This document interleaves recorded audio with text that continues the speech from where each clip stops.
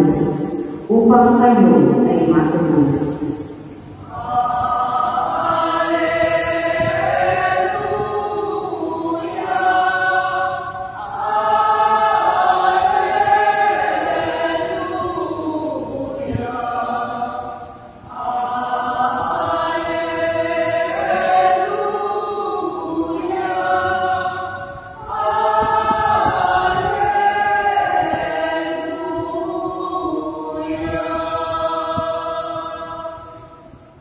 Sumainyo ang Panginoon. At sumainyo rin. Ang mabuting balita ng Panginoon ayon kay San Mateo. Papuri sa iyo, Panginoon. Noong panahong iyon, inilahad ni Jesus ang talikhalang ito sa mga tao. Ang paghahari ng Diyos ay katulad nito. May isang taong nadasi ng mabuting dindi sa kanyang bukid. Isang gabi, samantalang natutulog ang mga tao, dumating ang kanyang kaaway at nagkasik ng masasamang damo sa tribuhan. Nang tumubo ang trigo at magkauhay, lumitaw rin ang masasamang damo. Kaya lumapit ang mga alipin sa puno ng sampayan at sinabi rito, "Hindi po ba mabuting dindi ang inihasik ninyo sa inyong bukid? Bakit po may damo ngayon?" Sumagot siya, "Isang kaaway ang may nagagawan nito." Tinanong siya ng mga utusan, "Bubunutin po ba namin ang mga iyon?" "Wag," sagot niya. "Baka mabulok pati ito. Hayaan na ninyong lumago kapwa hanggang sa anihan. Pag-aani sasabihin ko sa mga dalawang-ani, ipunin muna ninyo ang mga damo at inyong magbibis-bibisin upang sunugin, at ang trigo'y inyong ipunin sa aking kamali." Ang mabuting balita ng Panginoon. Pinupuri ka namin, Panginoong Jesucristo. Isang magandang umaga po sa inyong lahat. Ngayon po ay Sabado at ikalabing-anim na linggo sa karaniwang panahon at ating pong binubulita ngayon ang kapisahan ni San Joaquin at Santa Ana, ang mga magulang ng mga Birheng Maria, Lolo at Lola ni Jesus. Ating pong munang balikan ang ilan sa mga salitang ibinigay sa atin ni Jesus sa pamamagitan ng mga mabuting balita na ating narinig sa loob ng linggo ito, saan tayo rin po ay nakaranas sa mga pagbagyo, pagbaha na dulot ng mga dumaang bagyo sa linggong ito. Noong Lunes, matapos na siya ay lapitan at tingnan ng mga Pariseo, ng mga Eskriba ng palatandaan, at sinabi niya na walang tanda ay bibigay sa inyo. At sinabi niya, lahing masama at di tapat sa Diyos. Lahing masama at di tapat sa Diyos. Yung patuloy na pagduda, patuloy na tanggihan si Kristo ay tinuturi na masama. At Martes, ang pahayag naman sa atin sa tulong ni Maria Magdalena. Kaya si Maria Magdalena ay pumunta sa mga alagad at sinabi, "Nakita ko ang Panginoon."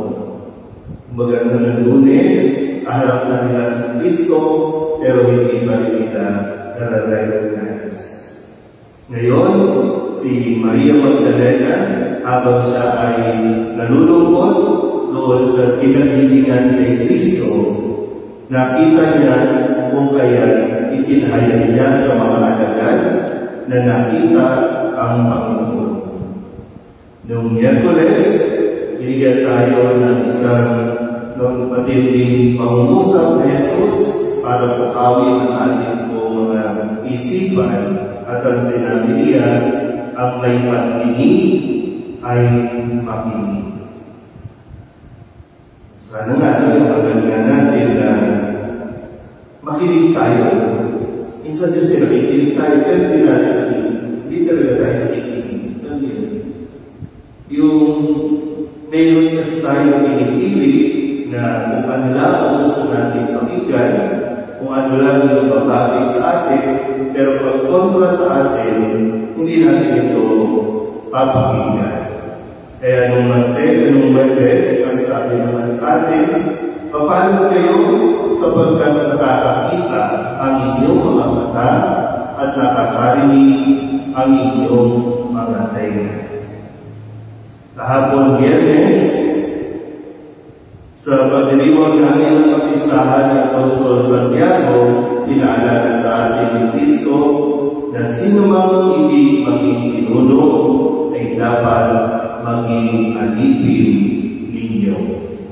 Sino man ang gustong maging pinuno ay dapat maging alipin ninyo. At ngayon, sa pagtatapos ng linggong ito, pinapaalala sa atin na pagdating ng panahon, titipunin ang mga damo at magkikis-kisir upang sunugin. At ang trigo naman titipunin sa aking kamay. Sa pagdiriwang din natin ngayon ng pagpagulita ng kapisahan ng San Joaquin at Santa Ana, Lolo at Lola ni Jesus, maganda rin na mapaalalahanan tayo na paano nga ba tayo nabuhay o nabubuhay sa panahon ito. Yung reality po na mayroon po masama at mabuti sa mundo ito. Merong good and evil. Pero sabi, malinaw naman dito, isa na nagiging tanong din natin, bakit hinahayaan ng Diyos na mabuhay ang masasamang tao? Bakit nilikha ng Diyos ang kasamaan? Malinaw sa ating pagkero ang sagot, hindi ito nilikha ng Diyos. Lahat ng ginawa ng Diyos ay mabuti. Saan galing yung masama? Sa kaaway. Pero bakit hinahayaan ng kapwa mabuhay, kapwa magkasama sa mundo ito? Dahil may panahon para sa paghuhusga. May panahon na pag-iwalayin ang damo sa trigo. Sabi nga dito sa talinaga, hayaan na lang sila. Pagdating ng araw, pag-iwalayin naman sila. Pero ngayon yan, sa punto nito ng ating buhay, sa estado ng ating buhay, sa tingin po ba natin, paano ba tayo nakaka-influensya? Nakaka-influensya ba tayo maging mabuti ang ating kapwa? O nakaka-influensya tayo na maging masama ang ating kapwa? Dahil ito ay posisyon din naman natin. Kahit wala kang gawin, minsan po, wala tayong ginagawang masama, pero wala na tayong ginagawang mabuti. So kapag walang ginagawang mabuti, mapapagilan tayo sa masama. Pero ngayon, mga lolo at lola, sa tingin po ba, nasa ang panig kaya tayo? Mapupunta ba tayo sa damuhan o sa triguhan? Sa kabila ng ating mga ginagawa, sa pag-araw-araw natin pagsisimba, pagdedibusyon, tayo ng mga miyembro ng mga ministries and organization, maging sa online, huwag tayo mag-expect o mag-demand na dahil taong simbahan tayo, ay mapupunta tayo sa triguhan. Kasi ang laging titingnan, ano ang ginagawa natin sa buhay, sa mundo ito. Minsan po, mapapaisip ka rin, bakit ang mga lolo-lola mas malapit sa mga apo? Tingin po. Bakit mas malalapit ang lolo at lola sa mga apo? Mas close sila sa mga apo at lolo at sa mga apo kaysa sa mga anak. Isa sa na-observe ko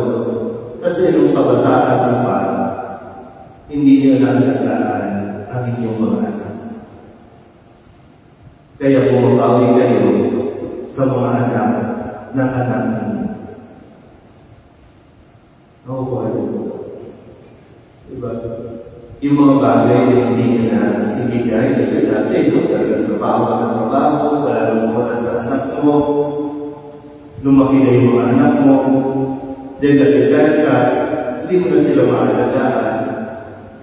Kung sinong naalagaan, mga apo mo, doon ka bumabawi. Pero hindi pwede maging gano'n ang trend. Na close ka sa apo, hindi ka close sa mga anak.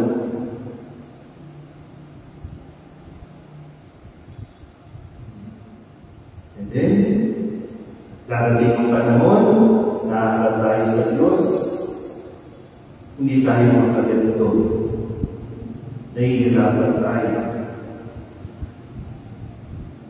Kaya gawa na sa panahon ito, habang may oras pa, tiyakin natin, is makahabol man lang tayo konti at makapaglaan, makapaggabay sa inyong mga anak nang sa ganon, hindi rin sila mapahamak at tulad ng mga